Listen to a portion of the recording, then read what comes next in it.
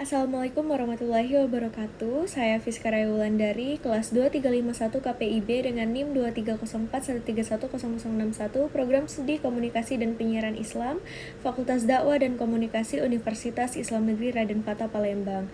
Saya membuat video ini untuk memenuhi tugas ujian tengah semester mata kuliah Perencanaan Komunikasi dengan dosen pengampu Ibu Dr. Vivi Asmawati MSI.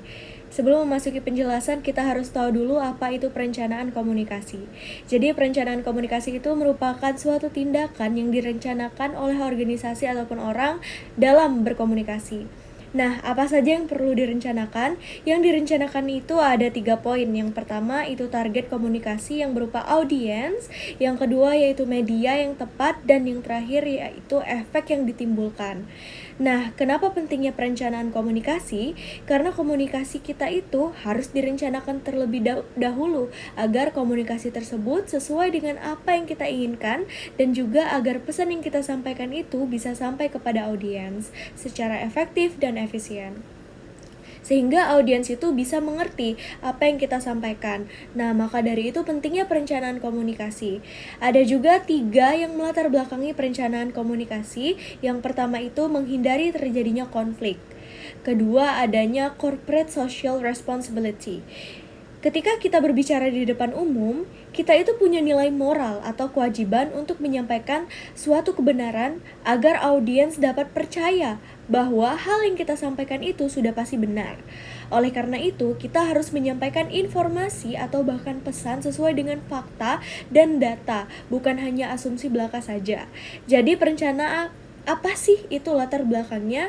Harus ada corporate responsibility agar pesan yang disampaikan itu lebih akurat, dan yang terakhir infrastruktur human. Maksudnya di sini manusia yang membuat perencanaan komunikasi terhadap produk tersebut.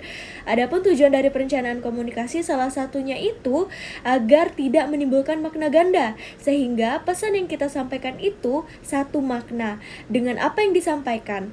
Maka dari itu pesan yang ingin kita sampaikan itu lebih efektif dan efisien karena berhasil atau tidaknya suatu program tergantung dari perencanaan komunikasinya. Selanjutnya, saya akan membahas mengenai sejarah studi perencanaan komunikasi atau communication planning. Di sini saya akan menjelaskan mengenai information flow, yang artinya ketidakseimbangan komunikasi. Dengan data seperti halnya banyak informasi namun ada kepastian atau kebenarannya. Tidak ada kepastian atau kebenarannya. Kesimpulannya, information flow itu dapat dikatakan sebagai informasi yang sudah banyak tersebar namun tidak didukung oleh data yang menimbulkan ketimpangan dalam informasi-informasi. Nah, jadi semakin tinggi informasi flow, maka semakin tidak mampu kita untuk merencanakan komunikasi tersebut. Isu ketidakseimbangan informasi atau information flow dapat kita ingat bahwa negara yang tidak mempunyai perencanaan komunikasi, maka di negara tersebut bakal tinggi information flow-nya. Nah, jadi ada 3 penyebab timbulnya information flow. Pertama, birokrasi. Birokrasi ini yang dimaksud merupakan bagaimana sistem yang membentuk sesuatu harus dilakukan untuk mencapai suatu tujuan tersebut. Oleh karena itu, semakin banyak hierarki, maka semakin banyak birokrasinya. Biasanya, di negara yang luas itu, semakin banyak birokrasi dipersempit yang namanya planning komunikasinya. Jadi, jika birokrasinya tinggi, maka information flow-nya semakin banyak. Semakin banyaknya information flow, maka semakin tidak adanya planning.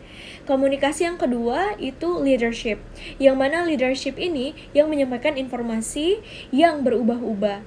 Maka information flow-nya tinggi, dan yang terakhir itu public. Nah, biasanya public inilah yang menciptakan information flow yang tinggi, bahkan public pun suka menimbulkan information flow. Nah, adapun penyebab isu yang menimbulkan information flow semakin besar, yaitu kontroversi atau biasa disebut dengan perdebatan negara, yang banyak perdebatan itu information flow-nya biasanya tinggi. Nah, penyebabnya kontroversi itu ditimbulkan karena 2 hal. Yang pertama itu mengeluh dan menentang kebebasan, dan yang kedua itu stereotip, yaitu opini negatif yang ditimbulkan oleh suatu media terhadap suatu objek. Nah, perlu kita ingat bahwa semakin banyak stereotip, maka semakin banyak juga kontroversinya.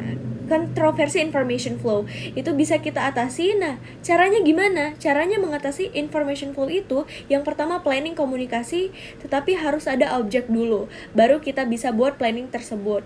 Ya, caranya melakukan kebijakan komunikasi. Nah, kebijakan komunikasi ini diperlukan untuk membuat planning komunikasi, yang mana planning komunikasi ini untuk membatasi informasi-informasi yang menyebar, karena semakin banyak informasi yang menyebar, maka semakin banyak juga information flow-nya.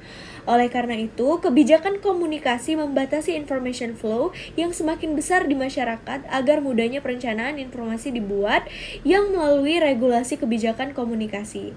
Nah, kebijakan ini membatasi regulasi komunikasi informasi yang terjadi karena banyaknya aktivitas komunikasi, lalu komunikasi informasi yang disampaikan itu melalui kesenjangan yang tajam karena sumber daya manusia yang tidak efisien dengan komunikasi yang tidak efektif, maka selanjutnya, high technology information, yang mana dari media konvensional konvergensinya ke media modern, seperti media sosial atau social media. Nah, new media ini merupakan media yang terjadi karena adanya media konvergensi. Lalu media konvensional itu karena adanya high technology information. Selanjutnya, komunikasi itu merupakan kebijakan komunikasi yang diperlukan untuk pengunjung suatu proyek atau program yang akan disampaikan kepada publik melalui perencanaan komunikasi.